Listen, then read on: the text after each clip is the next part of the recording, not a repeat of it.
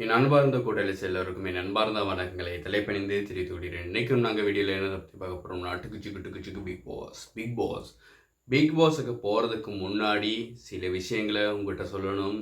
ஏன்னு சொன்னால், என்னோட வீடியோ கண்டினியூஸாக பார்க்குறவங்க, சப்ஸ்கிரைப் பண்ணாமல் கண்டினியூஸாக பார்க்குறவங்களுக்கு பிக் பாஸ் சம்மந்தப்பட்ட வீடியோக்களே தொடர்ந்து வரும். பிளேலிஸ்ட்டை அதுக்கேற்ற மாதிரி தான் க்ரியேட் பண்ணியிருக்கேன். சப்ஸ்கிரைப் பண்ணி பார்த்தீங்கன்னா மாத்திரம்தான் நான் கதைத்த பலதரப்பட்ட விஷயங்கள், பல்சுவை அம்சங்கள் உங்களுக்கு கதம்பமாக வந்து சேரும். அதாவது பொலிட்டிக்கல், சினிமா, சயின்ஸ், மோட்டிவேஷன் அப்படின்னு பலதரப்பட்ட விஷயங்களை கழிச்சிக்கிட்டு போகிறேன். அதை பார்க்கணும்னா என்னை சப்ஸ்கிரைப் பண்ணி பார்த்துக்கிட்டு போங்க. அது மட்டும் இல்லாமல் என் வீடியோவுக்கு ஒரு லைக் மாத்திரம் கொடுத்துட்டு போங்க. எத்தனை பேர் என் வீடியோக்குள்ளே விரும்புகிறீங்க அப்படிங்கிறத நான் பார்த்து இதன் மூலமாக தெரிஞ்சுக்குவேன். அது மட்டும் இல்லாமல் உங்களோட கருத்துக்களை கொமெண்ட் வடிவத்தில் எனக்கு பதிவு செஞ்சும் அனுப்பலாம். வாங்க வீடியோக்குள்ளே போகலாம். இப்போ பிக் பாஸ் வீட்டில் நடக்கிற டாஸ்கானது ஒரு கோர்ட் மாதிரி இருக்கும். அதில் ஜட்ஜும் இருப்பார், லாயர்ஸும் இருப்பாங்க. அவங்களுக்கு ஏற்ற மாதிரி ஒரு புகாரை தெரிவு செய்யணும். அதை ஏற்றுக்கொள்ளப்படணும். பிக் பாஸுக்கு மத்தியில் அது ஏற்றுக்கொள்ளப்பட்டால் தொடர்ந்து வாதிடலாம். அந்த வகையில் பிக் பாஸுக்கு மத்தியில் முன்னிலைப்படுத்துகிறாரு வினோத். ஆதிரை வினோத்துக்கு இடையிலான சண்டை. அந்த சண்டை வந்து எதை பற்றிய சண்டை அப்படின்னா, திவாகர் போகிறதுக்கு காரணம் வினோத் தான் அப்படின்னு ஆதிரை சொல்லியிருந்தாங்க. அது இல்லை அப்படின்னு வினோத் நிரூபிச்சாகணும். ஆதிரை ஆமாம் அப்படி தான் அப்படிங்கிறத நிரூபிச்சாகணும். இதுக்கு கோர்ட்டில் ஆதிரை வந்து அரோராவையும், வினோத் வந்து விக்ரமையும் லோயஸா அதாவது வக்கீல்ஸா தெரிவு செய்கிறாங்க. இந்த இடத்துல ஒன்று குறிப்பிட்டே ஆகணும். இந்த இடத்துல ஒரு லோயர் இருக்கார். உண்மையாலுமே ஒரு லோயர். யார் அவர்? இது ஏற்கனவே தொடர்ந்து ஷோவை பார்த்துக்கிட்டு இருந்துக்கிட்டு வந்தீங்கன்னா உங்களுக்கு தெரிஞ்சிருக்கும். இல்லாத நபர்களுக்கு நான் இந்த ஷோ முடிய கடைசியாக தெரியப்படுத்துகிறேன். அப்போ தவாலி ஒரு தரம், 2 தரம், 3 தரம் அப்படின்னு கத்துவாங்களே, அந்த கெட்டப்பில் இருக்கான் எஃப்ஜே இருந்துக்கிட்டு அவன் தான் சத்தம் போட்டுக்கிட்டு இருக்கான். மற்றவங்க கத்துறதை விட அவன் தான் கற்றுக்கிட்டு இருக்கான். யார் சார்? பிடிச்சி ஜெயிலில் போடுங்க சார். அந்த மாதிரி தான் இருந்துச்சு அவன்ட்டு. ஒரு தவாலி விட்டு வேலையே அவன் ஒழுங்காக செய்யலை. ஆதிரி பேசுகிறப்ப அவன் வந்து சத்தம் போடாமல், பேசுமா நீ பேசு, இன்னும் பேசு, அந்த பாயிண்ட்டை மறந்துட்டு அதையும் சேர்த்து பேசு அப்படின்னு சொல்கிற மாதிரியும், வினோத் பேசுகிறப்ப மட்டும் முந்திக்கிட்டு மூக்கு நுழைச்சிடுறான். மூக்கு நுழைச்சி அப்படியா இது இப்படியா, அப்படி இல்லை, இது 1 தரம் 2 தரம் 3 தரம் நீங்கள் கத்தக்கூடாது, பேசக்கூடாது அப்படின்னு ஷடப் பண்ணுறான். அது மட்டும் இல்லாமல் ஆதிரைக்கு வைக்க வேண்டிய பாயிண்ட்ஸுகளே குறவு. அப்படி இருந்தாலும் கூட அரோரா திறமையாக போராடி இருந்தாங்க, திறமையாக வாதிட்டு இருந்தாங்க. அந்த வகையில் எங்களுக்கு வினோத் பக்கம்தான் நியாயம். வினோத் திவாகர் போகிறதுக்கு வினோத் ஒருபோதும் காரணம் இல்லை.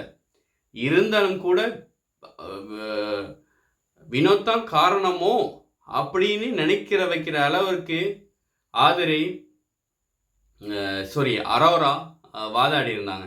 ஒருவேளை வினோத்னால தான் திவாகர் போயிருந்தாரோ, வெளியே போயிட்டாரோ அப்படின்னு நினைக்கிற அளவுக்கு அரோரா திறமையாக வாதிட்டு இருந்தாங்க. வச்சு செஞ்சிட்டாரு. வினோத் வந்து திவாகரை வச்சு செஞ்சிட்டாரு அப்படிங்கிற மாதிரி காய்ச்சிருந்தாங்க. வச்சு செஞ்சிட்டாருங்கிற காமெடி வந்து பெருசாக போயிருந்துச்சு. அது ரொம்ப சுவாரஸ்யமாகவும் காமெடியாகவும் இருந்துச்சு. ஷோவை பார்க்காதவங்க பாருங்கள். இந்த காமெடிகள்லாம் ரசிக்கணும்னா அதை நான் சொன்னால் அவ்வளோ அது அந்த சிச்சுவேஷனில் அவங்க சொன்னால் தான் அந்த காமெடியாக தெரியும். அதே வேளையில் நான் 1.5 ஹவர் ஷோவை 2 ஹவர் பேச விரும்பலை. அதனால தான் நான் சொல்கிறேன், நீ பார்த்துட்டு வாங்க. பார்த்துட்டு வராதவங்க என்ற ஷோவை பாருங்கள், பார்த்துட்டு வந்தவங்களும் என்ற ஷோவை பாருங்கள். விக்ரமை இந்த இடத்துல வினோத் வந்து சரியான நபரை தெரிவு செய்யலை. அதாவது இதில் தெரிவு செய்யப்பட வேண்டிய நபர் சில பேர் இருக்காங்க. உண்டு, நான் சொல்லலை.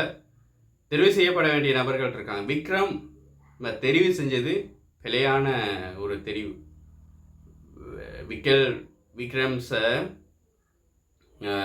லோயரா, வக்கீலா செலக்ட் பண்ணி வினோத் வாதிட்டது தவறான ஒரு முடிவு.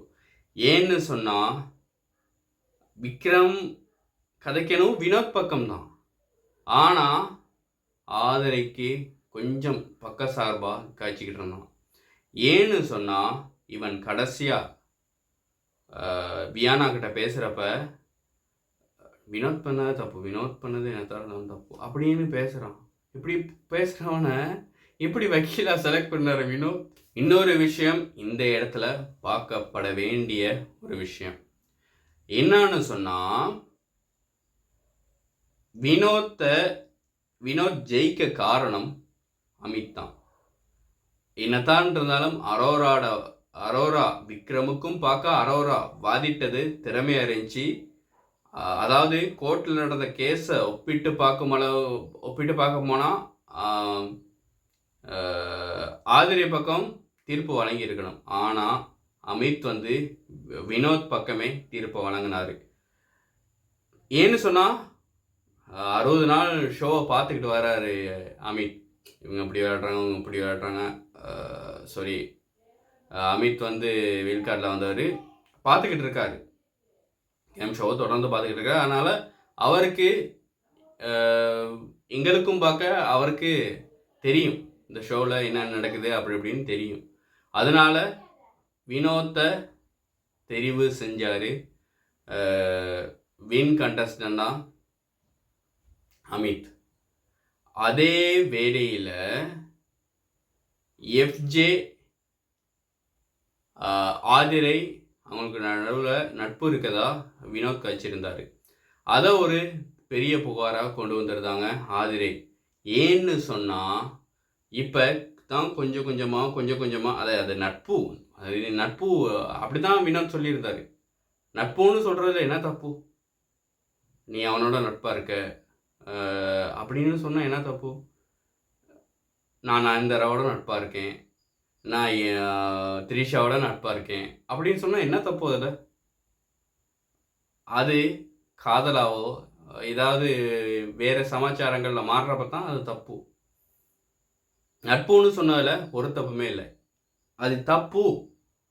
அந்த கேள்வியை கொண்டு முன்னிலைப்படுத்தி நிறுத்தணும் அப்படின்னு விரும்புகிறது யார் அப்படின்னா ஆதிரை தான். ஆதிரை, அதாவது எஃப்ஜே இப்போ தான் கொஞ்சம் கொஞ்சமாக இல்லை, சுத்தமாக கரண்ட்னா வியானா பக்கத்தில் இருந்து ஆதிரை பக்கம் வந்துட்டான். ஆதிரை பக்கம்தான் இருக்கான். அந்த நட்பை இன்னும் ஒரு கிரியேட் பண்ணி அதை லவ்வாக ரொம்ப கிரியேட் பண்ணி மாற்றணுங்கிறதுக்காக எஃப்ஜே ஆதிரைக்கு நடுவில் நட்பு இருக்கதா வினோத் சொன்னதா சொல்கிறாங்க. அது ஒரு பெரிய புகார் இல்லை. அதுக்கு எஃப்ஜேயும் பெருசாக போராடுறான்.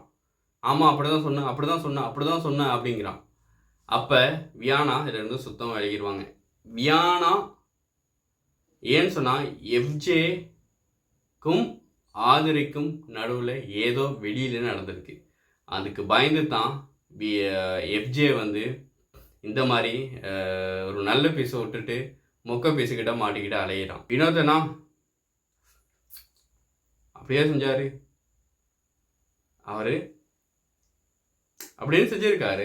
அதாவது உதடு காயிற சமயத்தில் அப்படி செய்கிறது வழக்கமான ஒரு விஷயம். அதை ஒரு பெரிய ஒரு புகாராக கொண்டு அதுக்கும் விக்ரம் மன்னிப்பு கேட்க சொல்கிறான் சபை முன்னாடி. அவன் எதுக்கு எடுத்தாலும் விக்ரம்ஸுக்கு தான் வேலை. மன்னிப்பு கேளு அப்படின்னு மன்னிப்பு கேட்க வைக்கிறது தான் அவன்கிட்ட பெரிய ஒரு கடமை. அது பார்த்தாதானே போன வியானாவுக்கும் விக்ரமுக்கும் ஒரு சண்டை நடக்கிறப்ப அதில் விக்ரம் வியானா கிட்ட தன்னிடம் மன்னிப்பு கேட்க சொல்லி கெஞ்சிருப்பான். கெஞ்சினோடனே வியானாவும் மன்னிப்பு கேட்டிருப்பாங்க. அதாவது மனம் உவந்து மனம் கசந்து தாங்கிட்ட மன்னிப்பு கேட்கணும் அப்படிம்பாங்க. வியானாவும் அதுக்கேற்ற மாதிரி மன்னிப்பு கேட்டிருந்தாங்க. சாரி, இது எக்ஸாக்ட்லி சாரி அப்படி இப்படின்னு மன்னிப்பு கேட்டிருப்பாங்க. மன்னிப்பு கேட்டும் கூட வியானாவை ஏசிட்டு அவன் எங்கிறது போயிருப்பான் விக்ரம்ஸ். அதாவது மன்னிப்பு கேட்க உனக்கு தெரியுதில்ல, அதே நேரத்தில் மன்னிக்கணும் வியானாவை. அப்பயும் ஏசக்கூடாது. மன்னிக்கிறவன் மனுஷன், மன்னிப்பு கேட்கிறவன் பெரிய மனுஷன். இன்னும் ஒரு வீடியோவில் சந்திக்கலாம். அது வரைக்கும் விடைபெறுவது உங்கள் கூட்டாளி ஏனாக் ராயல். பாய், டேக் கேர்.